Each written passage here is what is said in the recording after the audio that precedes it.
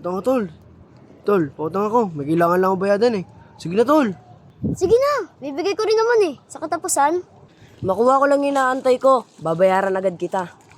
Alam mo naman, ikaw lang malalapitan ko. Sige na, pautangin mo na ako, tol. Ngayon lang, oh. Parang di naman tayo magkaibigan, magkumpare. Sige na tol, pautangin mo na ako. Sige na tol, maawa ka naman sa akin. Babalik ko na lang kagad pag nakaluwag-luwag. O di ba nakakaawa, master? Papautangan mo talaga pag ganyan no? Nangonsyensya pa no? Kaibigan daw kung pere. Tapos meron pa, ibabalik na lang daw pag nakaluwag-luwag.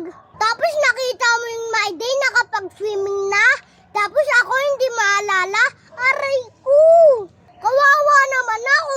Sino na ako? Paano na yung utang mo, master?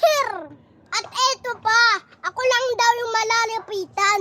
Ngayon, wala ka nang malalapitan, master. Hindi ka na makakaulit.